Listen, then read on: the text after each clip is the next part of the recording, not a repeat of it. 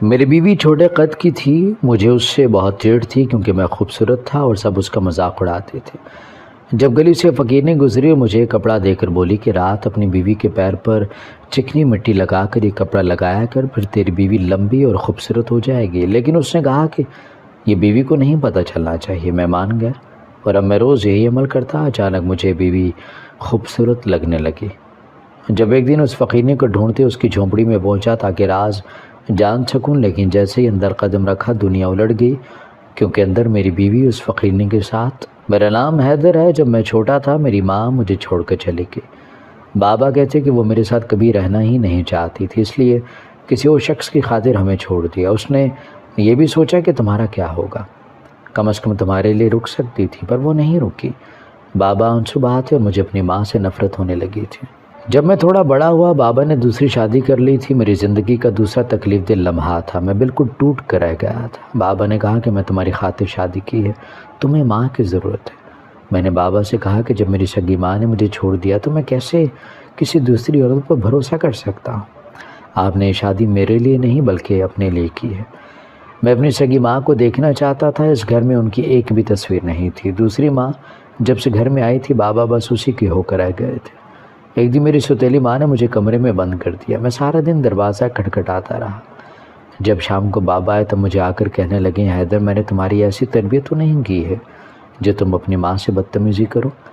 وہ کتنے پیار سے تمہارے لیے کھانا لائی تھی اور تم نے اس کے منہ پر دروازہ بند کر دیا۔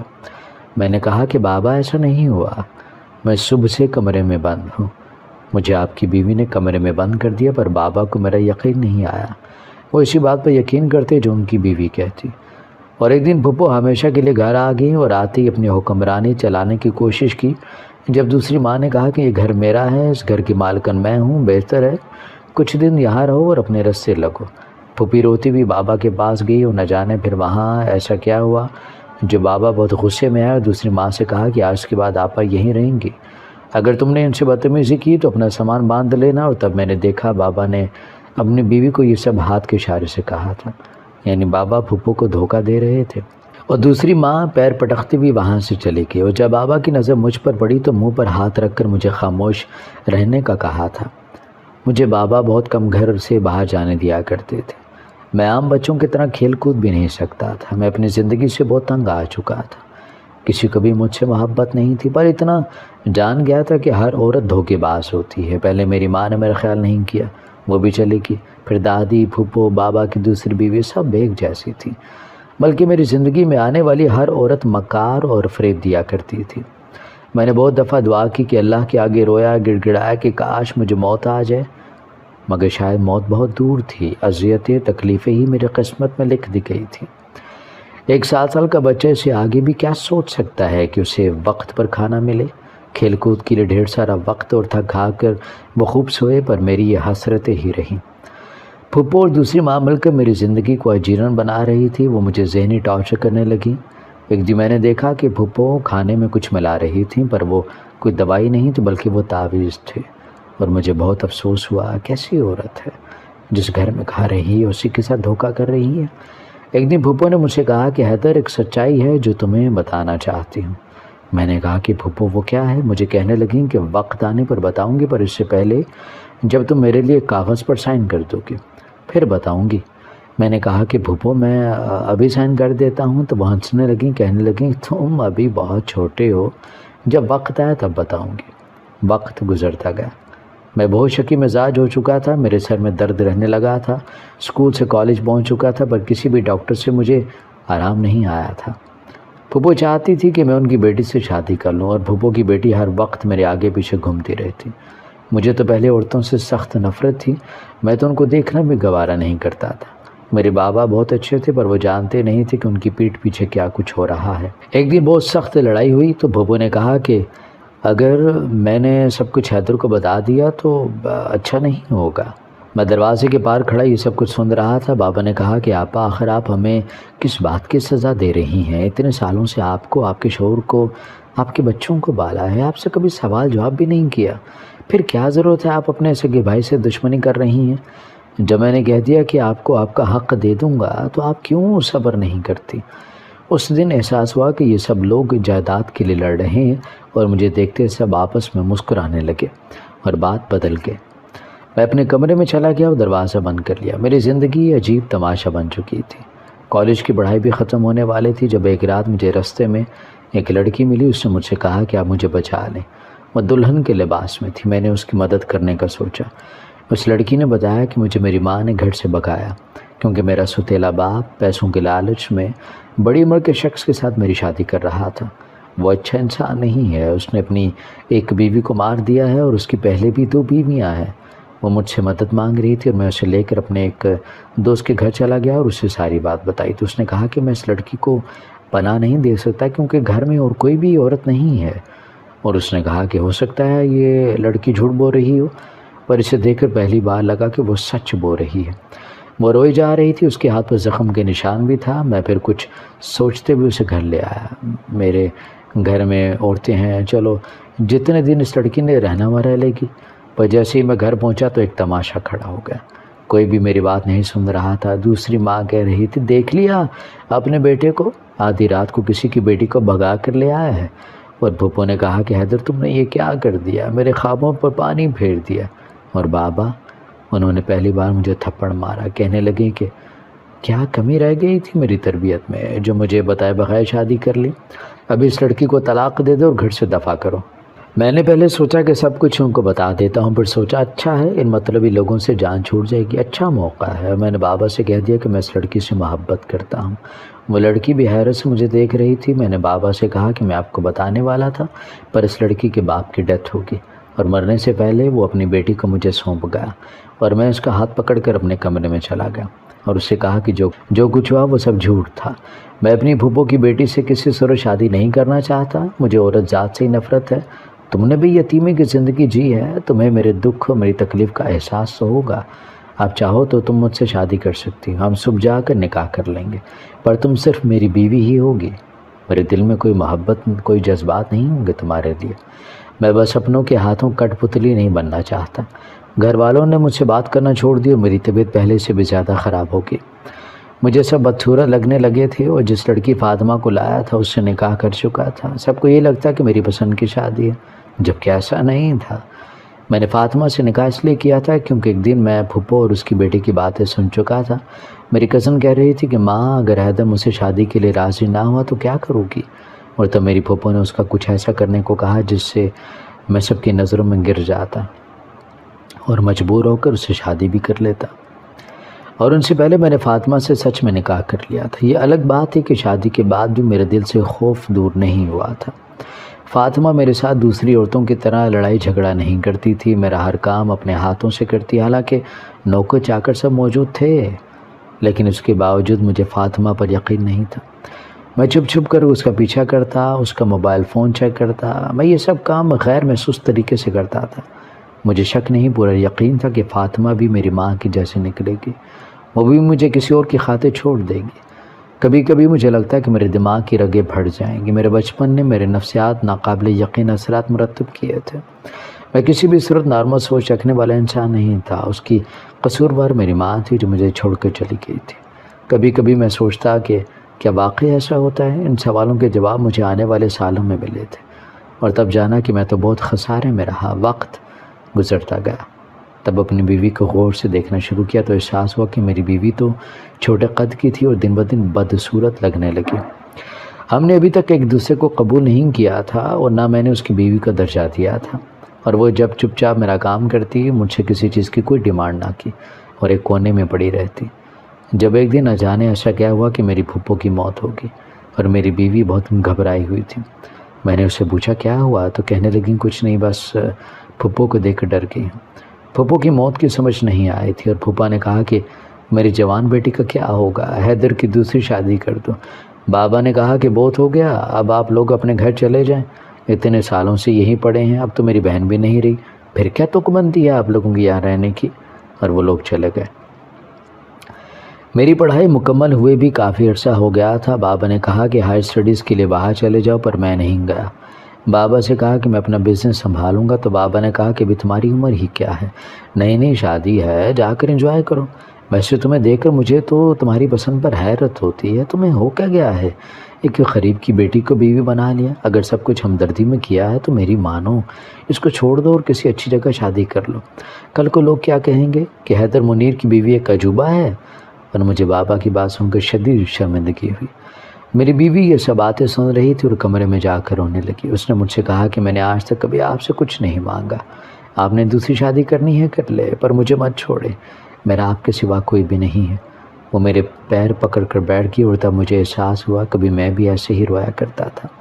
مجھے اپنی ماں کے بابا کی کمی بہت محسوس ہوتی تھی۔ بابا کے پاس میرے لیے وقت نہیں تھا، اور جو دوسری ماں تھی وہ کبھی اسٹور روم میں بند کیا کرتی اور کبھی مجھے بہت مارتی، کبھی مجھ سے کھانا چھین لیا کرتی اور بابا کے سامنے معصوم بن جاتی، اور تب میں روتا۔ میرا بچپن بہت تکلیف دہ تھا، وہ نشان آج بھی میرے ذہن پر نقش تھے۔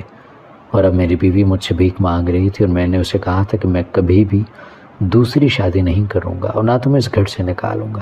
تو مجھے کہنے لگیں کہ آپ کو آپ کی ماں کا واسطہ ہے، مجھے مت چھوڑیے گا۔ جس رات میری ماں نے مجھے گھر سے بھگایا تھا، میرے ستیلے باپ نے میری ماں کو مار دیا تھا۔ اب گھر واپس بھی نہیں جا سکتی اور نہ مجھے کوئی قبول کرے گا۔ میں ساری زندگی آپ کی خدمت کروں گی۔ اور اس دن پتہ چلا کہ میری بیوی پڑھی لکھی ہے اور گھرداری میں بھی ماہر ہے، پر جب میں اس کے چہرے کی طرف دیکھتا مجھے بہت بدصورت لگتی۔ اب تو بس مذاق بنانے لگے تھے سبھی۔